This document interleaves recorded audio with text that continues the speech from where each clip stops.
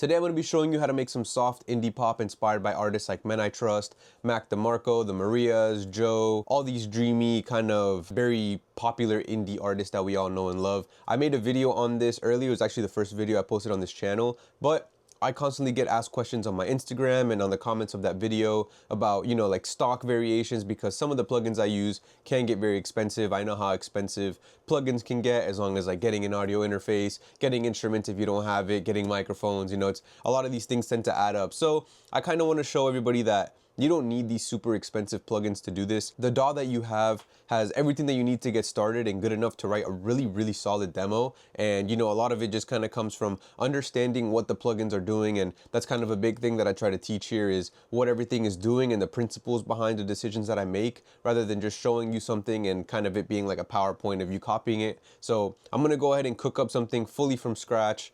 We're gonna go over drums, guitar tones, everything fully stocked. The only thing that's going to be paid for is my Ableton screen and the instruments that I use, right? So we're going to get right into it. We're going to start off with some drums.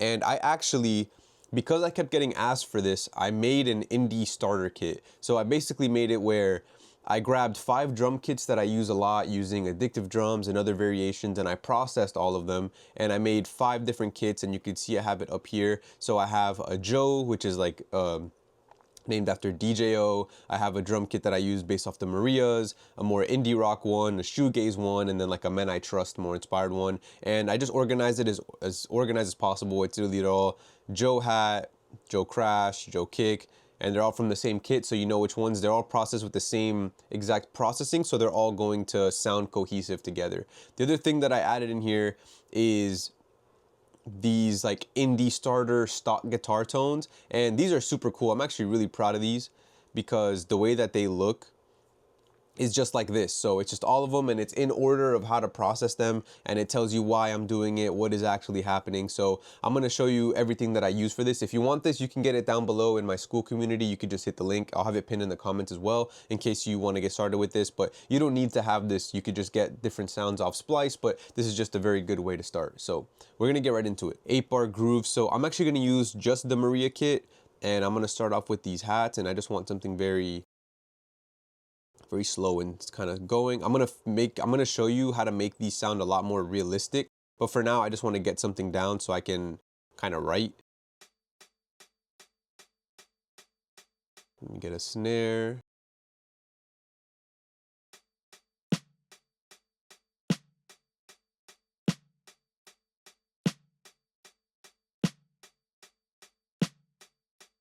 Let's get a kick in there, and I want it to be like, let me fix this tail. So pick this up. I want it to be like boom, bop, boom. Yeah, I like that. I like that. Let me fix this tail, make it shorter, and we'll just go like this. And then I'll have a fill at some point. So now I want to do some kind of fill. So I'm going to go into the open hats, and I'm going to grab the Maria open hat. So what I did with these two is I added the little hat at the end, so it's a lot easier to kind of set up, and I'll show you what this looks like. So I want it to be like boom, boom, pop, boom, boom, boom, boom, tapu. Maybe earlier. Yeah, and then right there I want that open hat. So let me grab this open hat, and then what I'm gonna do is I want to stretch it. So I'm just gonna warp it really quickly, and I want it so that this hat acts as the first hat that's coming in after. So now it'll be super cool. So now I'm gonna make this sound a little bit more realistic, and the way I'm gonna do that is I'm just gonna change the velocity. So I'm thinking, I don't play drums, but if I was to play it, I would play the first hit louder, and I would play the second hit a little bit quieter. And you could do the opposite too. But to me, I like when the second one is a little bit more quiet. And then what I'm gonna do is I'm going to use this right here, and I'm gonna move them off the grid a little bit. So I'm gonna make them a little bit later. And I'm gonna have these second half, like these two, be a little bit earlier, and then have these last two be even a little bit more later, and then I'll have this be normal. And then what I'm gonna do is I'm going to use these as like my main hat. So I'm gonna drag it up until the open hat, and then I'm just gonna paste this here and drag this over, and then now it should feel a little bit more.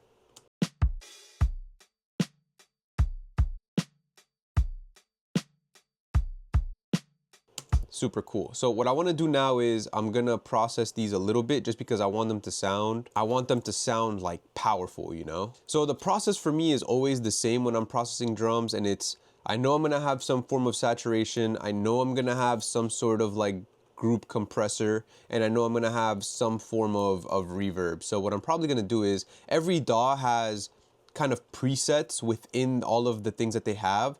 So if I was to go to this reverb, I can probably type in, I could probably find a drum or something. Let me see if I grab like this drums room, for example, and then I just set it up so that it's in a rack. And this is the same as having a send and return track. It'd be the same as if I drop this in here and I just use this. I just like doing it this way because I feel like it gives me a little bit more control. So I'm gonna turn this off for now. And then with this, I'm just going to put this sidechain filter on because I don't want my kick to be getting kind of smacked into it.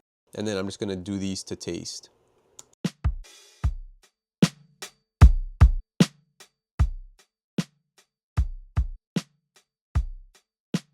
Put the release up.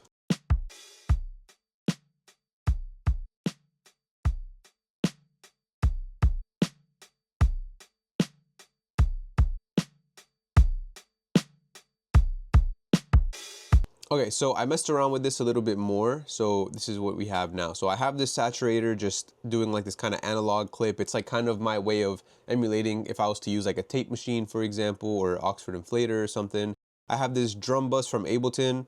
Every DAW has a variant of this kind of like drum. I would just literally go to audio effects and just type in like drums or drum, and you'll have like a bunch of presets. That's it for the drums for now. Now I'm gonna grab my guitar and I'm gonna set up a tone. So this is the tone that I ended up with. So I have that EQ taking out the lows, the tape saturation, which is a stock thing from Ableton, and then chorus and then just a chorus at 50%.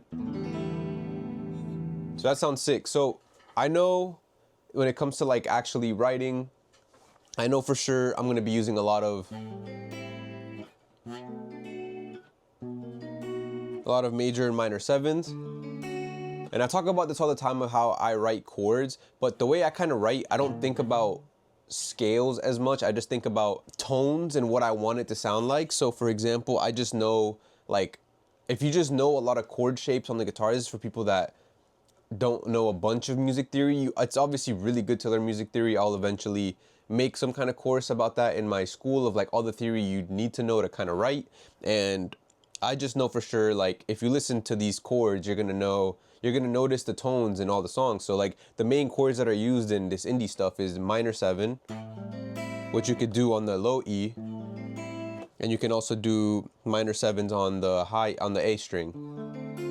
And obviously you could do a bunch of different voicings where you have like, which is also that, or, so these are all like 4-note chords for the most part, right? So we have minor, and then we have major as well, which is also major 7. And then you also have 9th chords as well, so you can have like, there's like a minor 9, like a different root. And yeah, there's just so many different kind of chords that you could do, like on the A string as well. You could do the minors as well. There's like another really good chord. And when you know all the shapes, you could just start going around. And as you get better at theory, you know, like, you learn what like a perfect fifth is, which is 7 semitones away. And then you also learn that like this relationship is also a perfect fifth. Yeah, so I know I'm gonna do that. Something like that. So I'm gonna play with the drums and I'm just gonna fiddle around until I find something.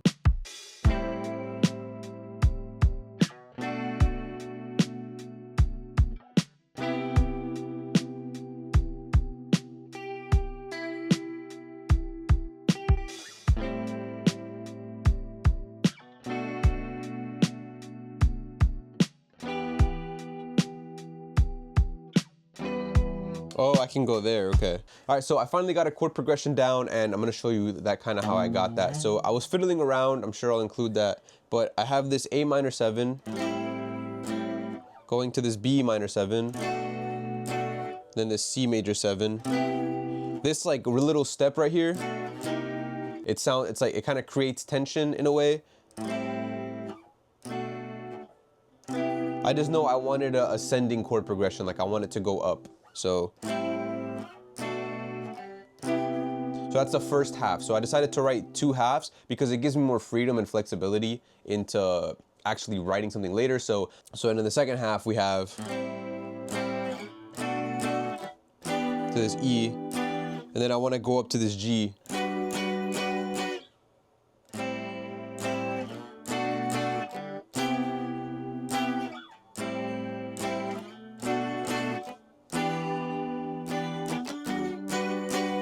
So that's kind of how I go about writing the chord progression. What I'm gonna do now is I'm gonna triple track it. So I'm gonna record myself doing the chords. I'm just gonna hold them out.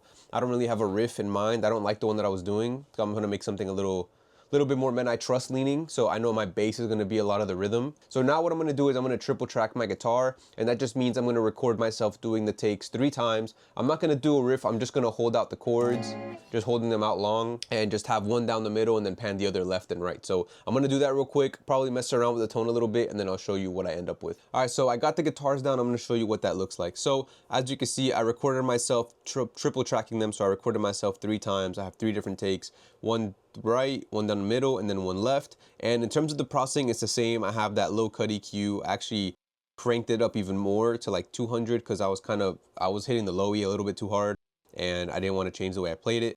So I have that tape saturation, that stock like saturator. You could use any saturation that's in your DAW, like just try to find something that says like tape on it would be really clutch. And then just a chorus, and it's the same on all 3 of them. The only thing that I did change is on this group, I added this EQ to make it a little less twangy. So this is what it sounds like. And then with the EQ on, just to dampen it a little bit. And then on the group, because I didn't perform all the takes exactly the same, I put a compressor, and I just used this stock glue compressor. If you type glue in any type of compressor that you have in your DAW, it'll come up with some kind of preset. And then I just made it so that it did like, whenever this hits right in the middle, that's like about 2.5 to 3. I just had it peak there because I know right here, like there's all of them that are hit at like kind of different velocities, and some are harder. So I just have it doing that. And then I just threw in a little reverb, this like empty club preset that was there that I just found it sounded good. And all together now we have this.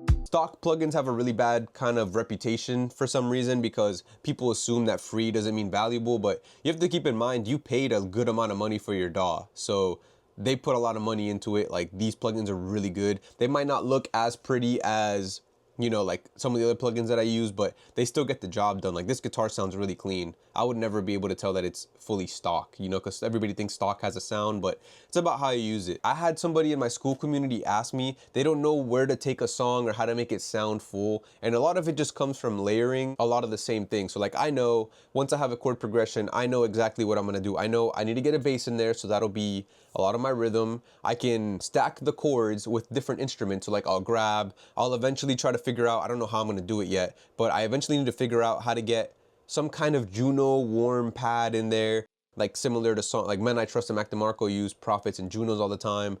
I don't want to use like free third-party plugins. I want this to be literally all stock within my DAW, and every DAW has literally everything you need. So I need to figure out how to do that. But for right now, what I'm gonna do is I have those chord voicings that I just did on my guitar, which is all kind of higher up, like they're higher up on the neck, so they're a lower register.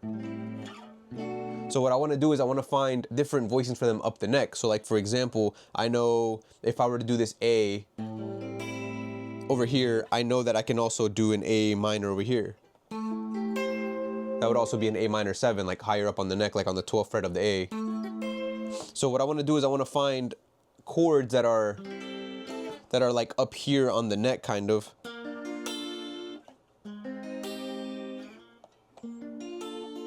And just kind of figure out some kind of like higher end riffs, maybe just arpeggiating the chords and what I want to do is I'm gonna kind of look up some different versions. So like I know my chords, I know I have this A minor 7, B minor 7, C major 7 into the same thing, but then an E minor 7 and a G major 7. So since I know all the chords, what I'm gonna do is I'm gonna look up different voicings of those same chords so that it's easier for me to get something higher and then maybe mess around with like a lead line using those different voicings, so I'm not guessing on the notes, or I'm not trying to go through some like pentatonic scale or something, you know? So that's what I'm gonna do now. I'm gonna try to figure that out and then I'll show you what I have when I get there. All right, so I got that done. Let me show you what that looks like. So I ended up, it looks really sloppy because it took me a lot. Like, as you can see, I was from take 14.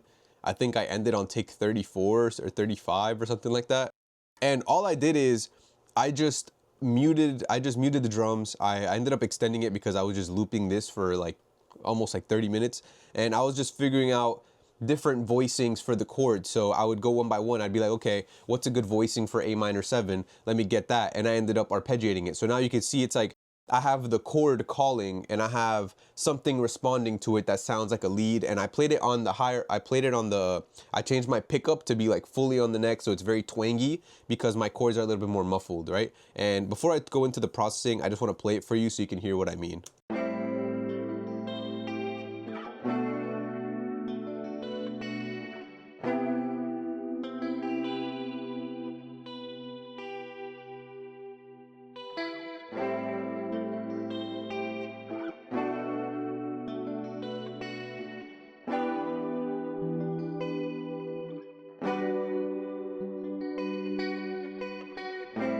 So that's how I came up with that. Now, in terms of the processing, I put this overdrive. It's a stock Ableton thing. I actually learned this from Tame Impala. He went over in his Mix with the Masters course. He talked about how he loves the Ableton overdrive because he uses Ableton as well.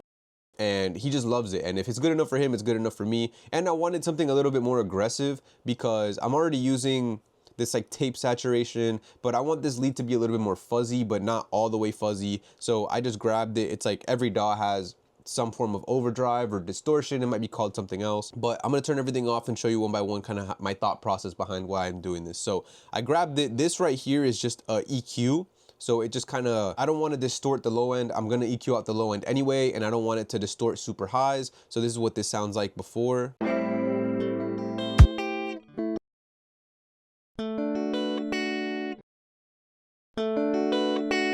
So it adds that warmth and that grit. Then I added the chorus to give it like, that's like the indie effect, right? Like having a chorus. That's like 80% of the sound when it comes to indie stuff. And then an EQ just to clean it all up. That makes a huge difference. Going from this, it's kind of all over the place, and this kind of hones in the sound. Cleans it up, but I didn't want to take away all the grit. And that's like my processing in terms of like my tone, right? So I have something that I want it to sound like.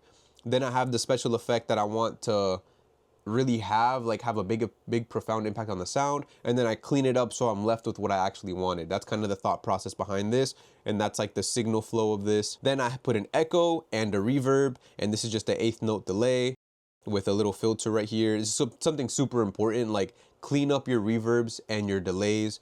Most reverb and delays have a little EQ section or input filter section or something. Use it to your advantage. Dial in the sound that you want. So that's what all that sounds like. Because I wanted it to be more dreamy, because the reverb on this is very quiet, right? So that's what I came up with now. And as you can see, like I actually didn't play it like this. I just made this after. I just kind of had this idea after for it to be like, to have this little note right before this hits.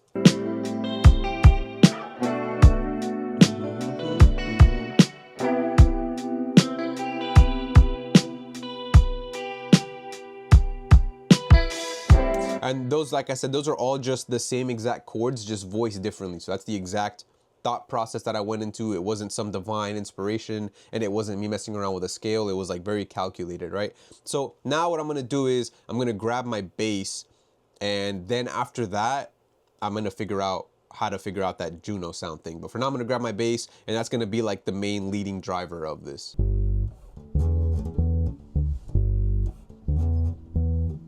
I hope that you think of me, baby. All right, so I got my bass and I'm gonna show you the tone that I kind of came up with. So I put a gate on there because my bass is really ringy. As you can see from here, I don't know if it's like my cables or just the way I kind of have it set up, but it's very ringy, so I take that out. Then I have this little bass punch preset that I found. It makes it so I can be more consistent when I'm playing. Then I just have this this EQ to kind of clean up. Like my bass gets really muddy around like 130-ish, and I always just kind of know that based off just like my ear that I've done for so long. And I just rolled off the high end. Then I just put a saturator at the end, this like a bit warmer preset that I saw on the saturation. It's just like warming it up.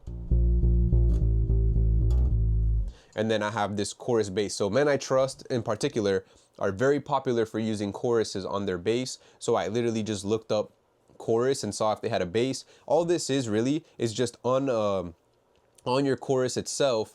It makes it so that it's like a little bit more mono, and there's a filter right here. So the chorus is only affecting everything above 100 hertz. So the sub itself is not being affected, which is very important for, you know, phasing issues and things of that nature. So what I'm gonna do is, I know I'm gonna need something very jumpy. I have tips, I have a lot of tips for bass as well. And it's just from learning a lot of the relationships of the neck and how it's kind of moving. So I know my chord progression is, and then,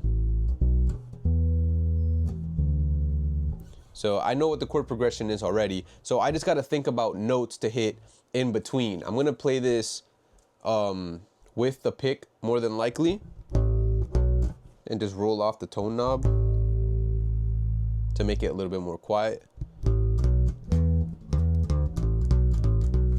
So when it comes to bass, my thought process is I want to hit all the root notes around when the chords hit, and then I want to fill in the noises in between, right, with like some little jumps. So I'm going to be doing a lot of perfect fifth jumps, a lot of octave jumps, and I'm just going to try to feel the pocket and just try to really get that like Men I Trust. Like my favorite thing about them is their basses. That's my favorite thing about them, and I just want to get that kind of feeling down. So I'm going to mess around with it and then see what I can kind of come up with. Sick. So I got a bass down. Let me show you what it sounds like. So I have the same exact processing. The only thing that I added was this compressor to sidechain it to my kick, which I'll go over in a bit. But what I want to do right now is show you what the bass sounds like. So this is what the bass sounds like with no processing. Actually, this is what it sounds like dry.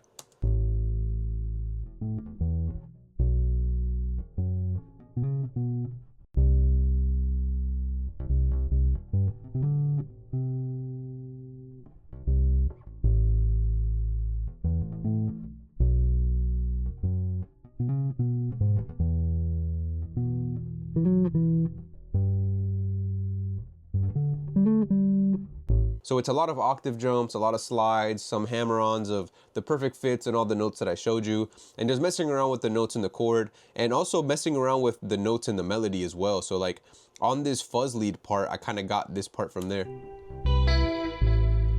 Like these are the same notes.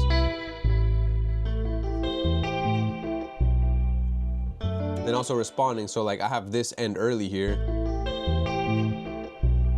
So now it responds because I didn't have the chords playing. So, and then with all the processing on, because I played it kind of sloppy in a way, and with it on, it makes a huge difference.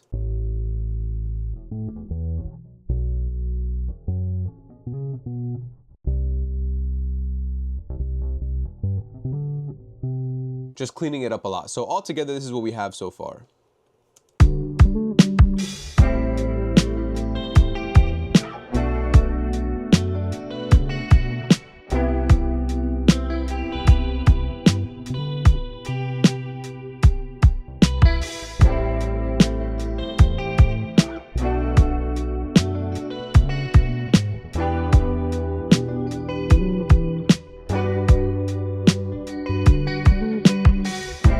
So it sounds super sick so far. The thing that I need to figure out now is how I'm gonna do the Juno pad or lead. So what I'm gonna do is I'm gonna figure out some kind of warm analog pad. So I'm gonna go here and I'm just gonna look up warm analog. I swore I've seen it.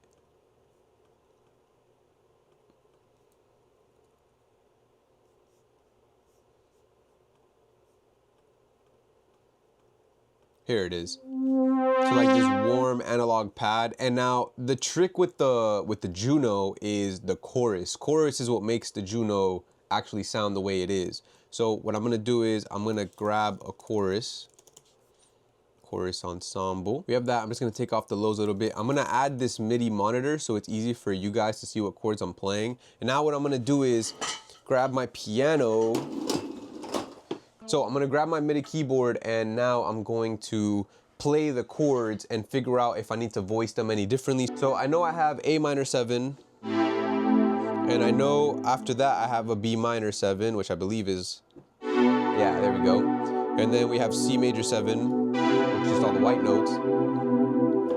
Then I know the second half is the same, but instead we go to that E minor. And I don't think I want to play it that high, so I might use an inversion. So it's like if you normally play it like this, I would instead move this top one down an octave. So it's like if E minor 7 is, I would play it like this instead. So that might sound a little better going from the B minor. All right, so I messed around with it a bit and this is what I have. So I used all those same chords. We have the, I'm gonna open it up here. So the key that I'm in is in E minor, in case you were curious about the actual thing. It could either be E minor or A Dorian, because to me the A minor feels like home more, but all the notes fit into the E minor scale. So, you know, take with that what you will. So we have the A minor, which is here, into the B minor, into the C major, then the same thing. And then I use this chord, this inversion of the E minor, where instead it's like this. But I didn't really like that. I like the B. I like this being like G. I like that melody more, so I put this down. Because whenever you're thinking about chords, you want to think about what the top notes are doing, because that ends up becoming a melody. So instead of, I love that, how that feels, so I want to keep that. And instead here, actually this chord, this G, is actually like this, but the F sharp is just so high, so that's too much. So I like so now the pad sounds like this, and this is just the same preset that I was messing with, and just nothing else. I just added the chorus is what makes it sound closer to a Juno than anything else.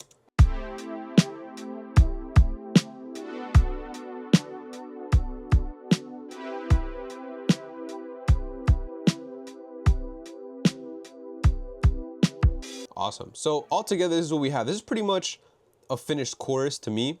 Maybe I'll just need to add another tambourine or some kind of other drum sound down the line when I go into arranging it. But for now, this is our whole song at the moment.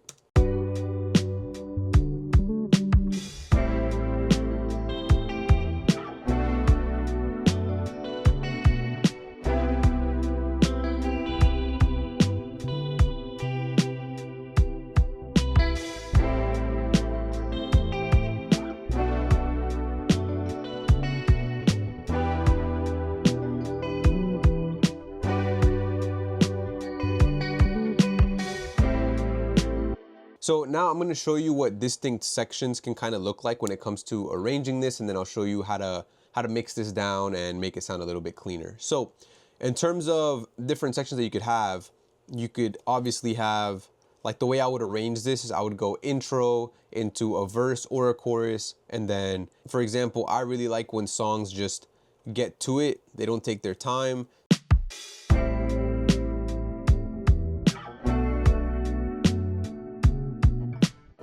You can even have the pad come in immediately and then just save this fuzz lead for kind of like this second half over here.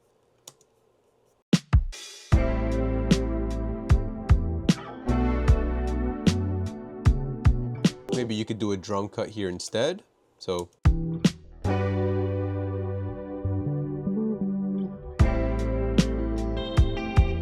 that's how I would go about kind of arranging this. So then what you could do is, to make this section even longer, I've noticed in my videos, I feel like a lot of people maybe might not be super interested in the arrangement part. So what I'm gonna do, instead of fully arranging out the song, is I'm gonna show you what your sections could look like, and then give you more liberty to write and give you some more ideas. So if we have like intro / verse, and you could make this section twice as long if you would like to. This would be like chorus A, And then you could have chorus B, where you can either add another layer to this pad, maybe like something, an ARP or something like that. What I'm gonna do though is I'm gonna add some kind of tambourine or just maybe just a shaker, like a really light shaker. Now you can either get this from Splice or from different sample packs. I'm probably gonna go into Splice right now and find some kind of shaker. I found this soft shaker from Splice. I literally just typed in soft shaker and it was like one of the first ones that popped up, and that sounds like this on its own. So it sounds pretty good, and then all together you have this section kind of, it gives it like a little bit more energy and a little bit more lift.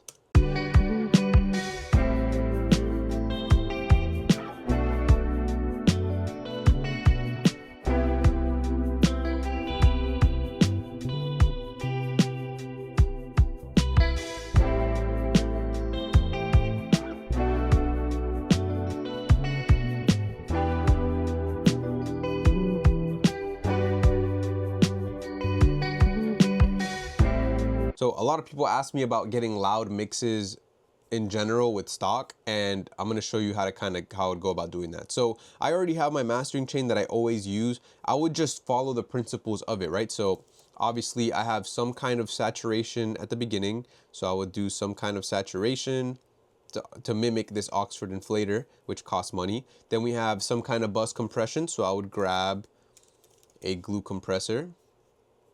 And I always have the same settings on this. I never really change them, but I always do like really slow attack, really fast release. And then I usually do 4:1 ratio.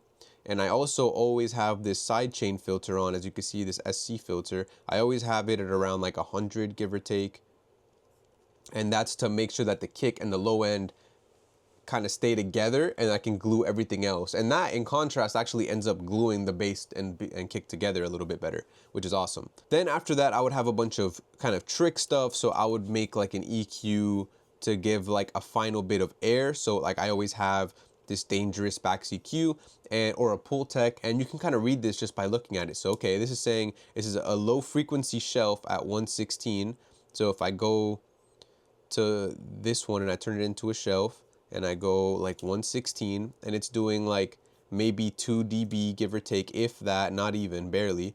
And then I'll just make the Q really wide, because the best part about these kind of analog EQs is that their curves are really pleasant to the ear, and they're very broad, so they boost a lot in like a very pleasant way. So you just can't overdo it too much with digital EQs. And then the high is the same, 2.5K. So we'll bring this one to 2.5, and it's probably boosting around the same if I had to guess. Yeah, it's like about the same. It's like about 2.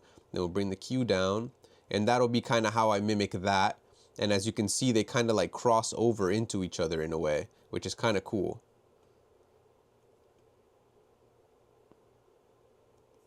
Awesome. And then I'll just tweak this really quickly. Then the last thing I would do is I would have a limiter of some sorts, and then this Swiss, I would have some kind of meter. There's a lot of free meters that you can download. I don't know if Ableton has a meter actually. I've never actually looked into it to see if they have one, but you could find any free one, like for sure, just to get this to be loud. I would make this a maximizer and make sure the output is like -0.1, and I would just have this go until it sounds loud enough for me.